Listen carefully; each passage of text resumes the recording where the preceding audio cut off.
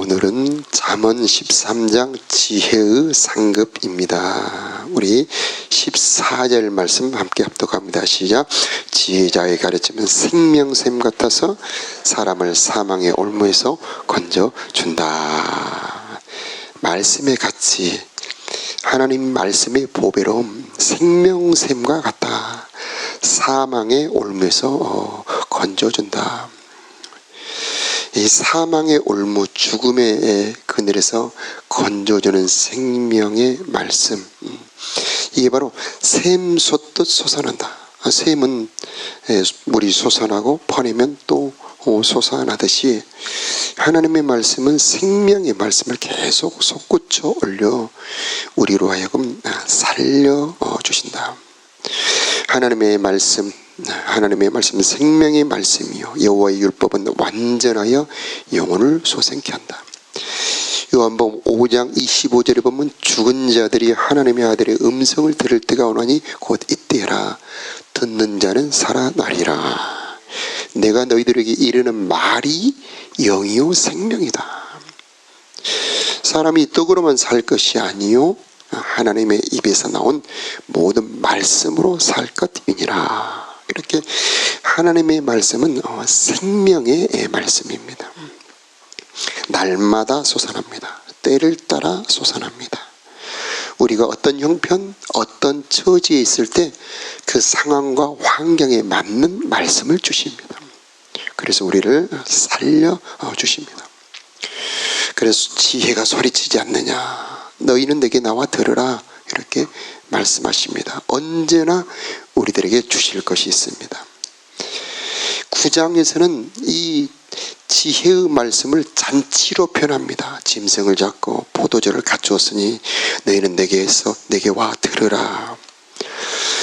예레미야는 내가 하나님의 말씀을 얻어 먹었사오니 내게 기쁨과 즐거움입니다. 이렇게 말씀합니다. 이사야 55장에서도 너희는 내게 나와 들으라. 포도주와 젖을 사서 먹으라. 사서 먹으란 말은 대가를 치르라는 말입니다. 값 없이 돈 없이 사서 먹어라. 세상 사람들이 주는 그 돈으로 살 수 있는 것이 아니요 사모함으로 경외함으로 말씀을 사서 먹는 겁니다.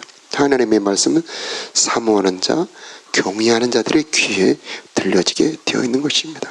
이 새벽 정성으로 사모함으로 나온 여러분에게 이 생명의 말씀이 여러분에게 들려지기를 바라고 먹어지기를 바랍니다.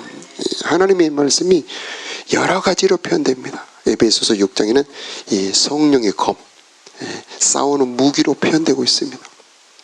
시편 119편에는 우리들의 앞길을 비춰주는 등불로도 표현이 되고 있습니다. 오늘의 말씀에는 생명의 샘, 생수로 표현하고 있습니다. 이 하나님의 말씀은 시원합니다. 사망의 올무, 죽음의 그물에 갇혀 답답한 삶을 살아가고 있습니다. 그게 뭐냐면 생각 속에, 다른 것이 아닙니다. 보이는 그물이 아닙니다. 보이는 올무가 아닙니다. 보이지 않는 올무, 생각 속에 들어있습니다. 절망이라고 하는 이 올무로 사람을 얽매고 있습니다. 그런데 하나님 말씀, 두려워 말라, 내가 너와 함께 함이니라. 놀라지 말라, 나는 너의 하나님이니라. 네가 물 가운데로 갈지라도 물이 너를 침몰치 못할 것이다. 네가 불 가운데로 갈지라도 불이 너를 사르지도 못할 것이고 그을리지도 못하리라. 이렇게 그 말씀이 들어오는 순간에 환경에 두려워하고 이 걱정 근심에 묶여있는 우리들을 풀어주는 것입니다. 사망의 그물에서 우리를 풀어줄 때 자유함을 느끼게 되고 평안함을 느낄 수 있게 되는 겁니다. 하나님의 말씀은 또 힘을 줍니다. 주님의 말씀은 언제나 우리들에게 소망을 줍니다. 주님의 말씀은 우리들에게 평강을 주는 것입니다. 우리 할 일은 사모함으로 갈망함으로 나와 듣는 것입니다. 사모함으로 말씀을 받아 먹는 것입니다. 그러면 우리 안으로 들어와서 그 말씀이 우리 영혼을 살려주는 것입니다. 8장에는 창조의 말씀으로 표현하고 있습니다. 또 하나님을 사랑하는 법이 바로 말씀입니다. 어떻게 보이지 않는 하나님을 사랑합니까?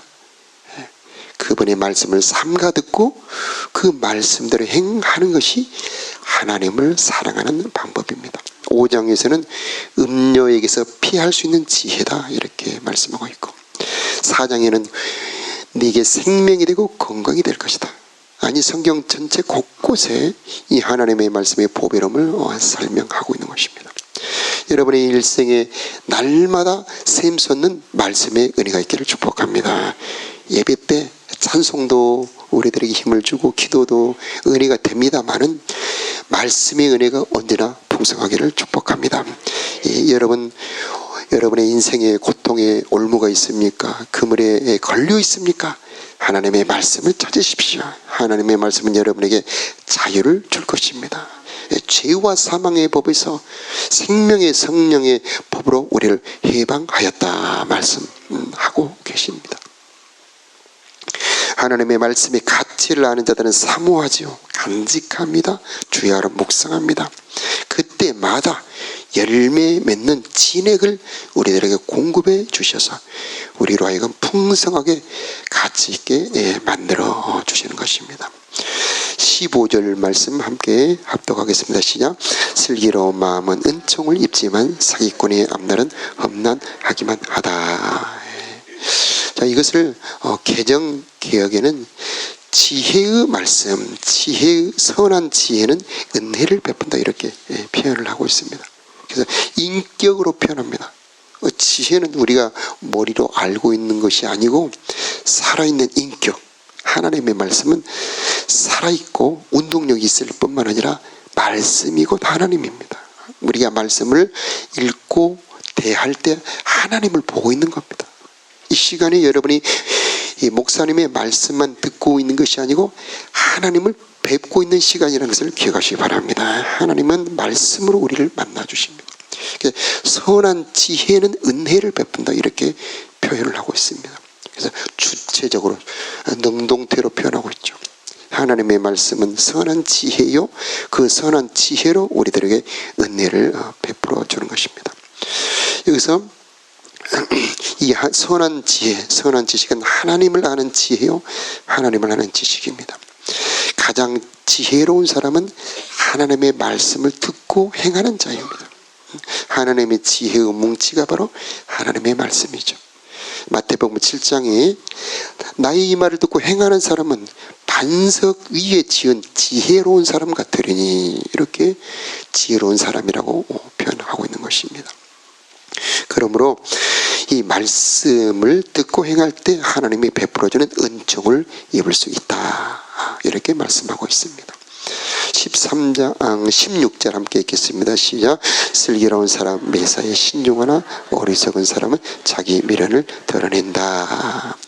16절에는 이 슬기로운 사람 매사에 신중하다를 개정개혁에는 슬기로운 자는 지식으로 행한다 그렇게 말씀합니다. 이 지식은 하나님을 아는 지식입니다.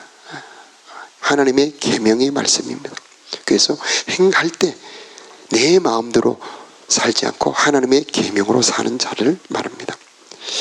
자, 17절 함께 합독하겠습니다. 시작. 못된 심부름꾼은 재앙을 가져오나 신실한 심부름꾼은 평안을 가져다 준다. 자신이 알든지 모르든지 사람은 누군가의 심부름꾼을 하고 있는데 하나님의 심부름꾼을 하든지 마귀의 심부름꾼을 하든지 둘 중 하나입니다. 마태복음 25장에 보면은 왼편에 있는 자들에게 이 마귀와 그 사자들을 위하여 예비한 영영한 불에 들어가라 이렇게 예수님이 선포합니다. 마귀와 그 사자, 죄를 짓는 자는 마귀의 사자죠. 반대로 하나님의 뜻을 행하는 자, 계명을 지키는 자, 말씀을 순종하는 자들은 하나님의 사자들입니다. 오늘 또 여러분 하나님의 심부름꾼, 하나님의 사자로 살아가시길 바랍니다. 이 하나님의 심부름꾼은 바로 그곳에 평강이 있다는 것입니다. 우리가 가는 곳에 재앙이 있습니까? 평강이 있습니까? 하나님의 뜻을 따라 복음을 전하고 서로 사랑하라는 말씀대로 순종한다면 우리가 가는 곳에는 평강이 있지 않겠습니까? 자, 오늘 또 주님의 뜻을 이루는 주의 일꾼들이 되시기를 축복합니다. 자, 18절 함께 합독합니다. 시작. 징계를 무시하는 자는 가난함과 수치를 당하지만 책망을 달게 받는 자는 존귀하게 된다. 우리 한 장 넘겨서 어제의 말씀 1절 우리 다시 한번 보도록 할까요? 너무나 보배로운 말씀이죠. 시작. 지혜로운 아들은 자기 아버지의 교훈에 순종하지만 그 어머나 아들은 책망을 듣지 않는다. 자, 오늘 말씀 24절을 한번 볼까요? 회초리를 들지 시작. 회초리를 들지 못하는 사람 자기 자식을 미워하는 자니 자기 자식을 사랑하는 부모는 부지런히 자식을 훈련시킨다. 이 개정교회에게는 초달, 매를 때리는 걸 말합니다. 초달을 참아 못하는 자는 그 자식을 미워함이라. 자식을 사랑하는 자는 근실히 징계하느니라. 이렇게 말씀하십니다. 하나님은 우리를 사랑하십니다. 그래서 책망하십니다. 지혜가 뭐냐? 사랑해서 주시는 책망을 달게 받는 겁니다.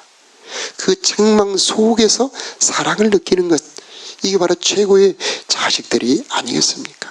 자, 저 여러분에게 이런 은총이 있기를 바랍니다. 나를 꾸짖어주는 그 부모 속에 그 속에 들어있는 사랑을 느낄 수 있는 정말 지혜, 하나님 나에게 이런 지혜가 있기를 기도합니다. 오늘 기도의 제목 중에 하나가 이 기도의 제목이 되었으면 좋겠습니다. 자, 그래서 지혜로운 자는 그 부모의 책망을 듣게 되는데 안 듣는 사람은 가난과 수치를 당한다. 그리고 결국 멸망합니다. 책망을 달게 받는 자는 존귀하게 된다. 이스라엘 역사 속에서 이스라엘 백성들이 하나님의 선지자를 보내고 또 보내는데 안 됐습니다. 예레미야를 보냅니다. 눈물로 책망합니다. 에스겔도 보냅니다. 수 없는 선지자들을 보내는데 안 됐습니다. 할 수 없이 매를 들어 아수르라는 나라로 북이스라엘을 치고 이 바빌론을 들어서 남유다를 치죠. 70년을 포로 생활하게 합니다. 그러나 하나님 다시 회복시키시죠. 자, 우리들의 삶에 때로는 하나님의 징계 은혜를 맞을 때도 있습니다. 그러나 히브리서 12장에 보니까 징계를 받을 때 낙심하지 말라, 그렇게 말씀하고 있고, 근실히 그 징계를 받는 자들에게는 의의 평강한 열매를 맺게 된다, 이렇게 말씀하고 있는데, 자, 이런 지혜가 있기를 축복합니다. 자, 19절 함께 합독합니다. 시작. 소원을 성취하면 마음이 즐거우나 어리석은 자들은 악에서 떠나기를 싫어한다. 보통 잠언서는 대비를 하죠. 그런데 이 19절 말씀은 대비가 아닌 것처럼 보입니다. 그러나 이 말씀도 대비로 볼 수가 있습니다. 시편 145편 19절에 보면은 하나님은 자기를 경외하는 자들의 소원을 이루어 주신다. 시편 140편에 보면 악인의 소원을 허락치 아니하신다, 이렇게 말씀합니다. 그래서 소원을 성취하면 마음이 즐겁다. 이것은 하나님을 경외하는 자들은 소원을 성취하여 마음이 즐겁다, 이렇게 볼 수 있고, 그런데 어리석은 자, 미련한 자들은 악에서 떠나지 않는다. 즉 악인들의 소원은 이루어지는 것 같지만은 결국 그 소원은 헛되게 된다는 말씀입니다. 우리들의 소원을 이루는 진정한 길이 무엇입니까? 하나님을 기쁘시게 하는 겁니다. 여호와를 기뻐하라, 그리하면 내 마음의 소원을 이루어 주시리라. 시편 37편의 말씀입니다. 하나님을 경외하며 그분의 뜻대로 살며, 그래서 하나님을 기쁘시게 하는 자들의 소원이 이루어지는 것입니다. 악인들은 자기 꾀로 악한 방법으로 자기 소원을 이루려고 합니다마는 그 소원은 결국 이루지 못하며 결국 낭패, 패망을 당하게 되는 것입니다. 그래서 참된 지혜는 무엇이냐? 내 마음의 소원을 이루는 지혜가 무엇이냐? 하나님을 기쁘시게 하는 것입니다. 그때 하나님은 내 소원을 이루어 주시며 결국 우리들의 마음도 즐겁게 되는 것입니다. 자, 20절은 친구의 중요성이죠. 지혜를 얻는 지혜. 함께 합독합니다. 시작. 지혜로운 자들과 함께 걸으면 지혜롭게 되지만 어리석은 자들과 친구가 되면 해만 당한다. 자, 친구는 사귐을 말합니다. 누구 말을 많이 듣느냐? 바로 이게 우리들의 운명을 결정하는 겁니다. 이 시간은 보이지 않는 하나님과 친구되는 시간입니다. 이 시간은 보이지 않는 하나님의 음성을 듣는 시간입니다. 기도하는 시간은 성령의 음성을 듣는 시간입니다. 그리고 아브라함을 내 벗치라고 그랬죠. 말씀을 순종할 때 진정으로 하나님의 친구가 되는 것입니다. 이들은 지혜롭게 되지요. 어리석은 자들과 친구가 되면 해만 당한다. 그래서 세상 친구들, 나쁜 말들, 그리고 지혜 없는 말들은 우리에겐 물리치라고 그러죠. 악인의 곁을 떠나라. 그들의 입에서 지혜를 보지 못한다. 그 뒤에 계속 나오지 않습니까? 오늘도 여러분의 그 친구, 여러분의 함께 살아가는 사람이 믿음의 친구들이 되시길 바라고 하나님이 여러분의 친구가 되시길 바랍니다. 성령과 동행하는 하루가 되기를 축복합니다. 21절은 19절하고 21절 함께 읽어볼까요? 21절 함께 읽겠습니다. 시작. 재앙은 죄인을 찾아다니고 선한 보상은 의인을 따라다닌다. 지혜가 무엇입니까? 결국을 아는 겁니다. 악의 결국은 멸망입니다. 선한 보상, 믿음의 길의 결과는 생명입니다. 그래서 보응과 보상이 있다는 것을 아는 게 그게 지혜입니다. 자, 이것이 지체가 되기 때문에 바로 이루어지지 않기 때문에 사람은 그 지혜를 얻지 못합니다. 그러나 반드시 죄는 재앙을 불러온다. 재앙이 죄를 따라다닌다. 저 바다 밑에 가도 따라간다. 선한 보상, 의의 길, 믿음의 길은 반드시 하나님이 상을 주시는데 주님의 선하심과 인자하심이 정녕 나를 따르리니 내가 여호와의 집에 영원히 거하리로다. 시편 23편의 말씀이죠. 이스라엘 백성들이 행군을 할 때 샘들이 따라다닙니다. 만나와 메추라기가 따라다니죠. 의인들은 하나님의 은총이 따라다닙니다. 그래서 들로 가도 하나님의 축복, 도시로 가도 하나님의 축복, 저 바다로 가도 하나님의 돌보심. 여러분의 삶에 이 선한 보상이 따라다니는 은총이 있기를 축복합니다. 어떻게 해야 그런 하나님의 은총이 나를 따라다닐까요? 바로 내가 의의 길, 믿음의 길, 순종의 길로 가는 겁니다. 그러면 하나님의 은총이 나를 따라오게 되고 내 후손들에게도 따라오게 되는 것입니다. 자, 24절 우리가 아까 읽었죠. 우리들의 후손들을 정말 잘되게 하는 최고의 길이 무엇입니까? 그것은 하나님의 말씀을 가르치며 내가 순종하는 겁니다. 그래서 보이는 재산을 우리가 우리 후손들에게 물려주지 않습니까? 그러나 사실 더 중요한 유산이 있습니다. 보이지 않는 재산이 있습니다. 그게 바로 내가 하나님 앞에 순종했던 재산입니다. 다윗은 하나님 앞에 하나님을 기쁘시게 하는 삶을 살았습니다. 그의 유산은 대대로 등불이 후손들에게 내려갑니다. 이 여호와의 등불은 왕권을 말합니다. 우리는 예수님을 통하여서 하나님의 진정한 재산을 받았습니다. 보이지 않는 재산이죠. 그는 부요하신 자로서 가난하게 되심은 그분의 가난하게 되심으로 말미암아 너희로 부요하게 하려 하심이니라. 이 하나님의 부요가 예수님을 통해서 우리들에게 내려오고 있습니다. 이 부요를 누리기를 축복하고요, 우리 후손들에게도 보이지 않는 재산이 유산으로 내려가고 있다는 것을 기억해야 될 것입니다. 그 보이지 않는 재산, 바로 하나님이 우리들에게 주신 믿음의 재산이요, 영원한 재산이 되는 겁니다. 그래서 22절 함께 읽어볼까요? 시작. 선한 사람은 자기 재산을 후손 만대에 물려주지만 죄인의 재산은 의인에게로 돌아간다. 그래서 죄인들의 재산은 의인들에게 돌아간다. 이게 하나님이 살아계셔서 하시는 일입니다. 선한 사람은 자기 재산을 후손 만대에 물려주는데, 이 보이는 재산뿐만 아니라 보이지 않는 재산도 마찬가지가 되는 것입니다. 시편 37편 25절에 내가 어려서부터 늙기까지 의인이 버림을 당하거나 그의 자손이 걸식함을 보지 못하였도다. 그는 종일토록 은혜를 베풀고 꾸어주니 그의 자손이 복을 받는도다. 악에서 떠나 선을 행하라.